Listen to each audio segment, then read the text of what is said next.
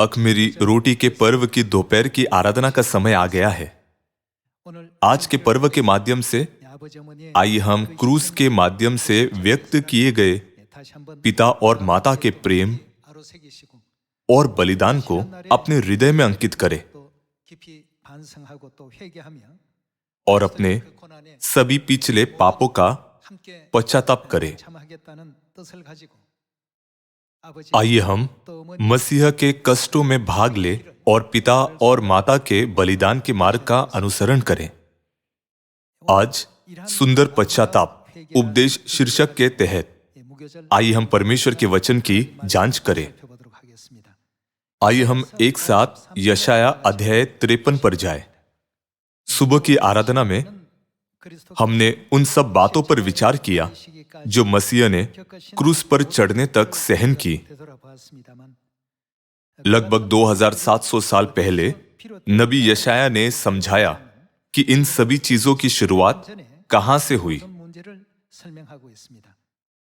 आइए हम यशाया अध्याय 53 आयत 1 पर एक नजर डालें। अध्याय 53 आयत 1। जो समाचार हमें दिया गया उसका किसने विश्वास किया और यहोवा का भुजबल किस पर प्रकट हुआ, क्योंकि वह उसके सामने अंकुर के समान और ऐसी जड़ के समान उगा जो निर्जल भूमि में फूट निकले।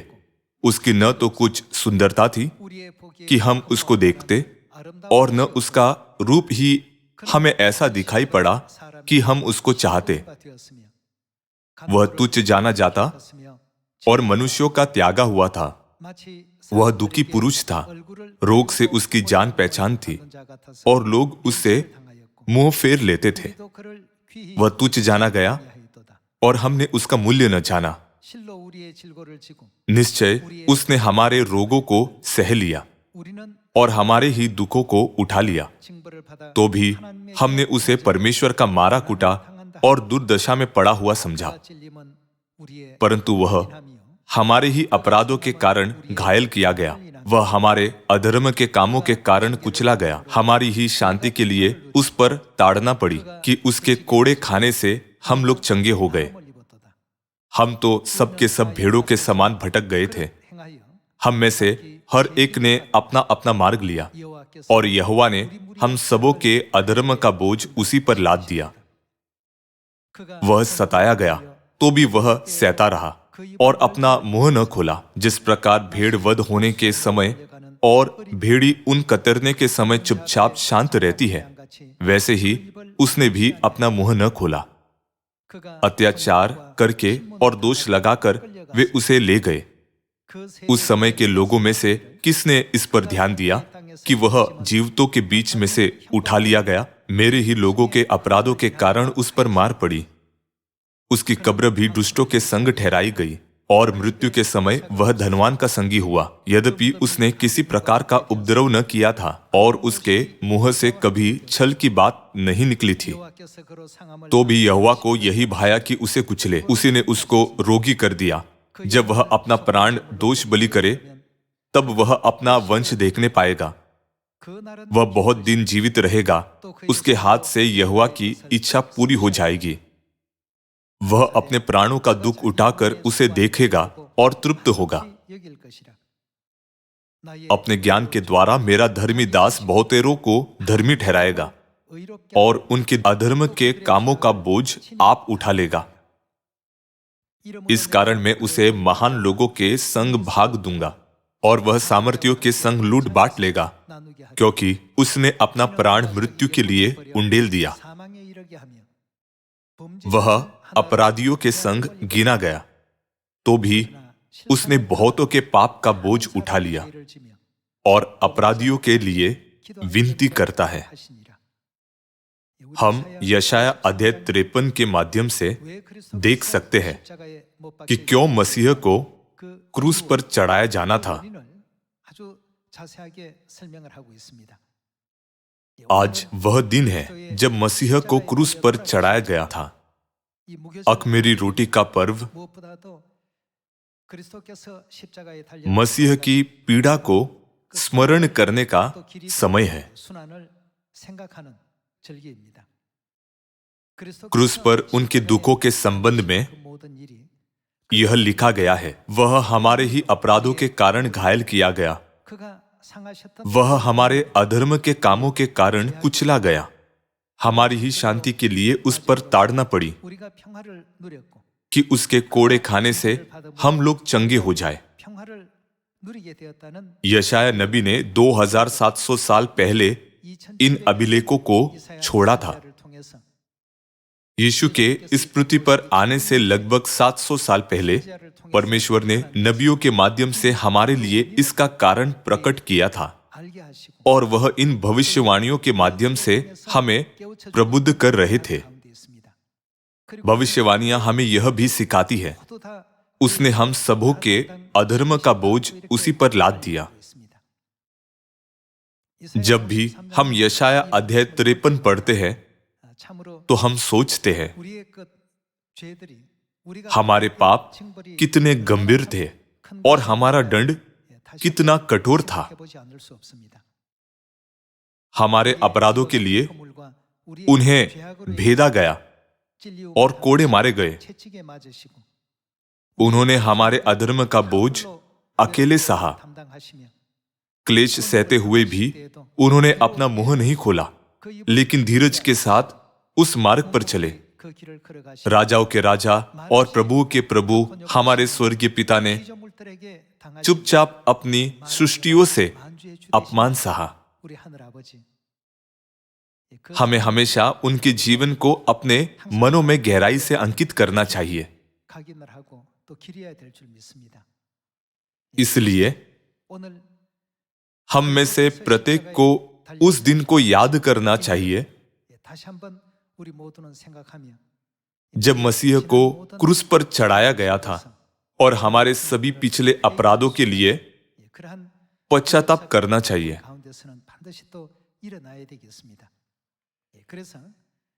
जब यीशु 2000 साल पहले आए तो उन्होंने जोर दिया, मन फिराओ क्योंकि स्वर्ग का राज्य निकट आया है। उन्होंने हमारे पश्चाताप के लिए कई अनुरोध किए। अब स्वर्ग का राज्य निकट आ रहा है और हम अख़मीरी रोटी का पर्व मना रहे हैं। यदि हम उस दिन पर गहराई से विचार करते हैं जिस दिन क्रूस पर मसीह की मृत्यु हुई, तो हमें मन फिराना चाहिए और निकट आ रहे स्वर्ग के राज्य को प्राप्त करना चाहिए। तब सच्चा पश्चाताप कैसे प्राप्त किया जा सकता है? हमें किस तरह का व्यवहार अपनाना चाहिए? पश्चाताप न केवल हमारे पापों के लिए पश्चाताप महसूस करना है, बल्कि फिर से पाप न करने के दृढ़ संकल्प के साथ एक बदला हुआ जीवन जीना है। फिर निम्नलिखित 3 मामलों की जांच करें। आइए हम सोचें कि किसने पश्चाताप का जीवन जिया और इस बारे में अंतर्दृष्टि प्राप्त करें कि हमें पश्चाताप का जीवन कैसे जीना चाहिए। सनी नाम की एक बच्ची है। सनी का मानना है कि दूसरों की चोरी करना गलत है। मौली नाम की एक बच्ची है। मौली को लगता है कि दूसरों की चोरी करना गलत है और वह अच्छे कार्यों के माध्यम से अपने पापों का पश्चाताप करने की कोशिश करती है। जेन नाम की एक बच्ची है। जेन का मानना है कि चोरी करना गलत है। वह ऐसा दोबारा न करने का संकल्प लेती है और अन्य चोरों को पश्चाताप करने के लिए प्रेरित करती है। इन तीनों में से कौन सच में पश्चातापी जीवन जीता है? पश्चाताप की मात्रा अलग अलग हो सकती है, लेकिन सच्चा पश्चाताप जो परमेश्वर चाहते हैं वह तीसरा मामला है जो जेन का है। जो व्यक्ति अपने पापों के लिए पश्चाताप महसूस करता है और संकल्प करता है कि मैं अब उस पाप में शामिल नहीं होऊंगा, वह दूसरों को भी पश्चाताप करने के लिए प्रेरित करता है।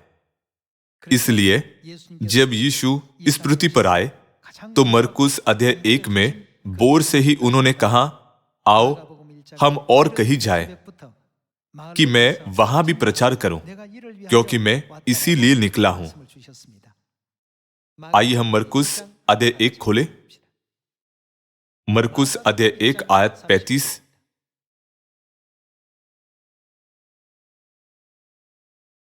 बोर को दिन निकलने से बहुत पहले वह उठकर निकला और एक जंगली स्थान में गया और वहां प्रार्थना करने लगा।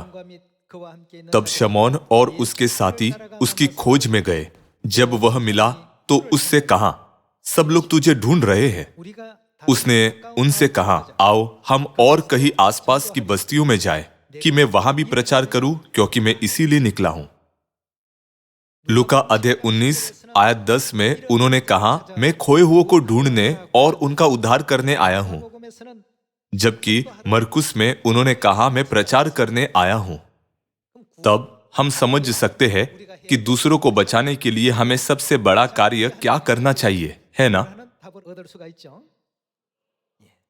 यह प्रचार है। आइए लूका अध्याय 19 पर एक नजर डालें। लूका अध्याय 19। लूका अध्याय 19 आयत 10 में यीशु कहते हैं, क्योंकि मनुष्य का पुत्र खोए हुओं को ढूंढने और उनका उद्धार करने आया है। मनुष्य का पुत्र यीशु को संकेत करता है ना? यीशु के इस पृथ्वी पर आने का कारण, दूसरे शब्दों में उनका उद्देश्य खोए हुओं को ढूंढना और क्या? और उनका उद्धार करना था। फिर एक व्यक्ति जिसने सच में पश्चाताप किया है, कैसे व्यवहार करता है? पश्चाताप का सबूत क्या है? जब वह अन्य पापियों की उद्धार के मार्ग पर अगुवाई करता है, तो परमेश्वर इसे पश्चाताप के सबूत के रूप में मानते हैं। आइए हम लूका अध्याय 15 पर जाएं। लूका अध्याय 15। आइए हम लूका अध्याय 15 आयत 10 पर एक नजर डालें। मैं तुमसे कहता हूं कि इसी रीति से एक मन फिराने वाले पापी के विषय में परमेश्वर के स्वर्गदूतों के सामने आनंद होता है। आइए हम आयत 7 पर जाएं। आइए हम आयत 7 देखें। मैं तुमसे कहता हूं कि इसी रीति से एक मन फिराने वाले पापी के विषय में भी स्वर्ग में इतना ही आनंद होगा, जितना कि 99 ऐसे नबियों के विषय नहीं होता जिन्हें मन फिराने की आवश्यकता नहीं। चूंकि प्रचार करना पश्चाताप का सबूत है, इसलिए उन्होंने बोर से प्रचार करने का उदाहरण दिखाया। और जब उनका स्वर्गारोहण हुआ तो उन्होंने कहा, तुम सामरिया और पृथ्वी की छोर तक मेरे गवाह होंगे। और हमें बहुत से पापियों को उनके पापों से फिराने के लिए अगुवाई करने के लिए कहा। उन्होंने हमसे वादा भी किया, देखो मैं जगत के अंत तक सदा तुम्हारे संग हूं। आइए हम मत्ती अध्याय 28 आयत 18 को भी देखें। मत्ती अध्याय 28 आयत 18। अध्याय 28 आयत 18। यीशु ने उनके पास आकर कहा, स्वर्ग और पृथ्वी का सारा अधिकार मुझे दिया गया है, इसलिए तुम जाओ, सब जातियों के लोगों को चेला बनाओ और उन्हें पिता और पुत्र और पवित्र आत्मा के नाम से बपतिस्मा दो, और उन्हें सब बातें जो मैंने तुम्हें आज्ञा दी है मानना सिखाओ। और देखो मैं जगत के अंत तक सदा तुम्हारे संग हूं। यह अंतिम वचन है जो यीशु ने दिए। दूसरे शब्दों में उन्होंने हमें सबसे सुंदर पश्चाताप प्राप्त करने के लिए कहा। हमने सनी, मौली और जेन की कहानियों को देखा। इन तीनों का पहले भी कम से कम एक बार दूसरों से चोरी करने का इतिहास रहा है। हालांकि प्रत्येक के अलग अलग विचार थे। सनी ने इस बुनियादी भावना के साथ पश्चाताप किया कि चोरी करना बुरी बात है। और मौली को भी लगा कि चोरी करना बुरा है। सुधार किए बिना उन्होंने सोचा, मैं अपने पिछले पाप की भरपाई और अच्छे काम से करूंगी। जेन को लगा कि चोरी करना गलत है, इसलिए उसने न केवल चोरी करना बंद किया, बल्कि अन्य चोरों को पश्चाताप की ओर नेतृत्व भी किया। फिर तीनों में से किसे बाइबल की शिक्षाओं के अनुसार सच में पश्चाताप करते हुए देखा जा सकता है? वह तीसरी जेन होगी। हमें भी पश्चाताप का सबूत अपने पास रखना चाहिए। क्या हमारे पश्चाताप का सबूत सामरिया में और पृथ्वी की छोर तक नई वाचा की घोषणा करना नहीं है? इसलिए यह प्रथम थिस्सलुनीकियों अध्याय 2 में लिखा गया है कि परमेश्वर ने यह कार्य केवल उन लोगों को सौंपा जिन्हें उनके द्वारा योग्य ठहराया गया है। दूसरे शब्दों में, उन्होंने यह कार्य केवल उन लोगों को सौंपा जिन्होंने पश्चाताप किया है। आइए हम प्रथम थिस्सलुनीकियों अध्याय 2 में इसकी पुष्टि करें।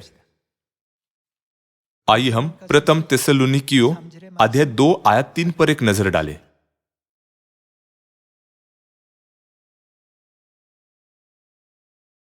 अध्याय 2 आयत 3, क्योंकि हमारा उपदेश न ब्रह्म से है और न अशुद्धता से और न छल के साथ है, पर जैसा परमेश्वर ने हमें योग्य ठहराकर सुसमाचार सौंपा, हम वैसा ही वर्णन करते हैं। और इसमें मनुष्यों को नहीं, परंतु परमेश्वर को, जो हमारे मनों को जांचता है, प्रसन्न करते हैं।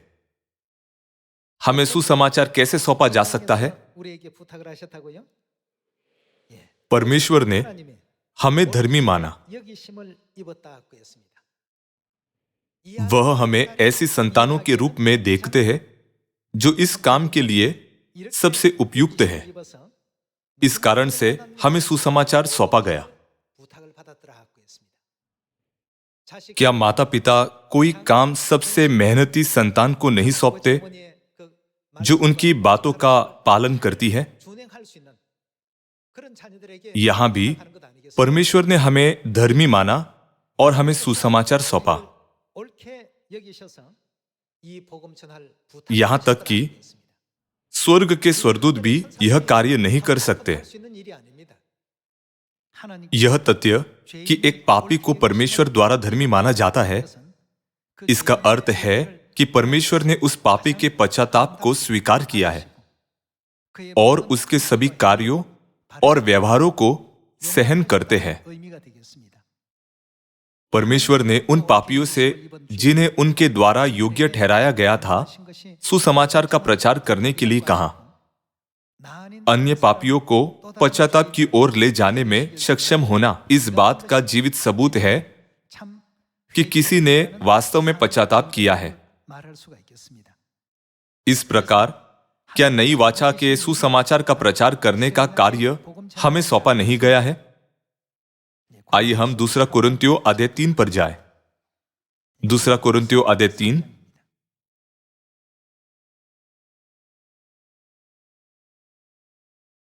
आइए अध्याय 3 आयत 6 देखें।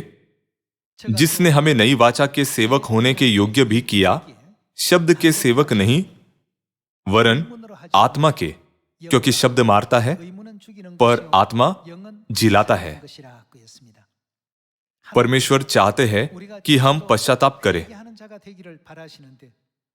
और पश्चाताप करने का सबसे अच्छा तरीका नई वाचा के सेवक बनना है। इसलिए यह कहता है, परमेश्वर ने हमें नई वाचा के सेवक होने के योग्य किया। आइए हम दूसरा तीमुथियुस अध्याय 4 पर जाएं।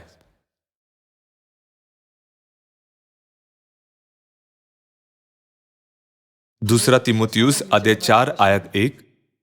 परमेश्वर और मसीह यीशु को गवाह करके, जो जीवितों और मरे हुओं का न्याय करेगा, और उसके प्रकट होने और राज्य की सुधि दिलाकर मैं तुझे आदेश देता हूं। हमें क्या करना है? उन्होंने हमें अपने राज्य के विषय में वचन का प्रचार करने का आदेश दिया। मैं तुझे आदेश देता हूं कि तू वचन का प्रचार कर, समय और असमय तैयार रहे। इसका क्या मतलब है? बेशक यह अच्छा होगा यदि हम खुद को हर चीज के लिए समर्पित करें, लेकिन हमें खासकर परमेश्वर के वचन का प्रचार करने में कभी भी आलसी नहीं होना चाहिए। आधुनिक भाषा में समय और असमय हर समय है। न केवल अवसर मिलने पर, बल्कि हर समय वचन का प्रचार करें। सब प्रकार की सहनशीलता और शिक्षा के साथ उलाहना दे और डांट और समझा। आयत 3।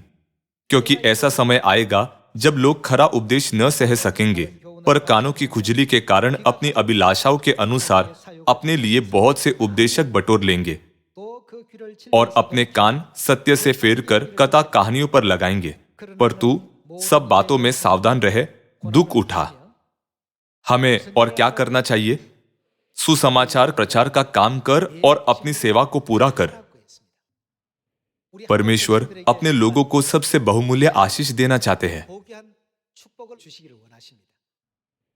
हजारों आशीषें हैं, लेकिन यह वह आशीष है जो परमेश्वर चाहते हैं कि उनकी संतान प्राप्त करे। परमेश्वर ने कहा, सुसमाचार प्रचार का काम कर और अपनी सेवा को पूरा कर। तब आइए हम आयत 6 देखें।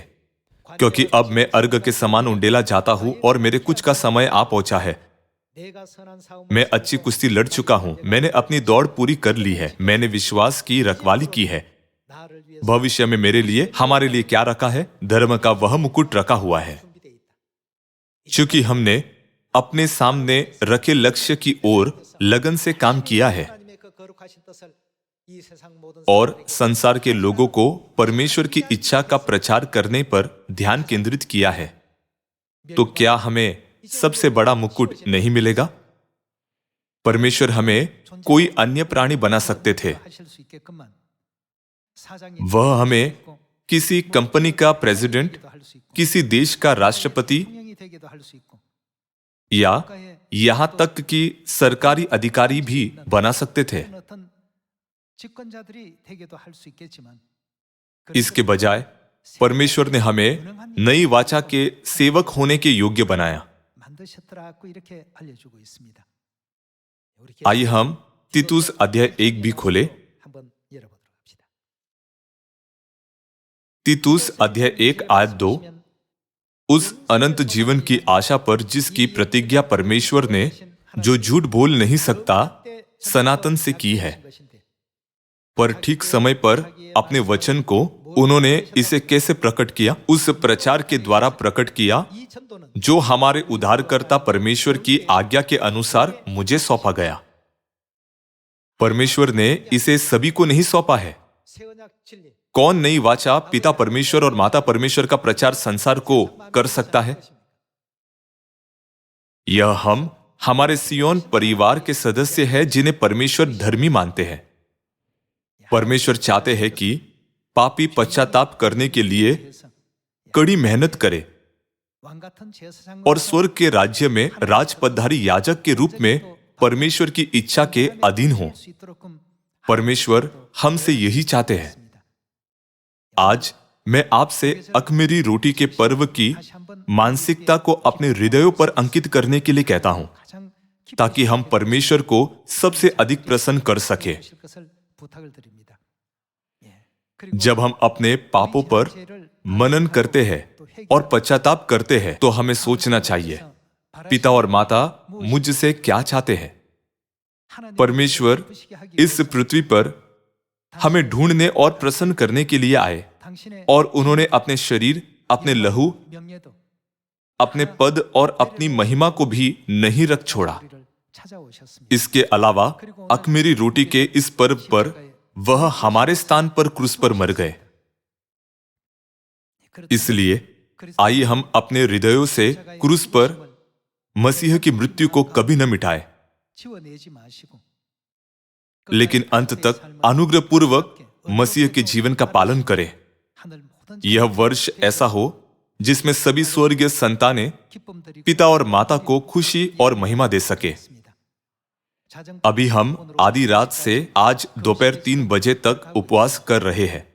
यहां तक कि जब हम इतने कम समय के लिए उपवास करते हैं तो यह कितना दर्दनाक होता है। लेकिन अपने दूसरे आगमन पर 37 वर्षों तक मसीह ने जिस सुसमाचार जीवन का नेतृत्व किया उसे शब्दों में वर्णित नहीं किया जा सकता है। आज का हमारा चर्च, हमारा अस्तित्व और हमारा भविष्य सभी परमेश्वर के बलिदान के कारण ही है। यह आशा करते हुए कि हम इस तथ्य पर विचार करेंगे और ईमानदारी से पश्चाताप करेंगे ताकि हम पिता और माता को खुशी दे सके। मैं दोपहर का उपदेश समाप्त करना चाहूंगा। आपका बहुत बहुत धन्यवाद।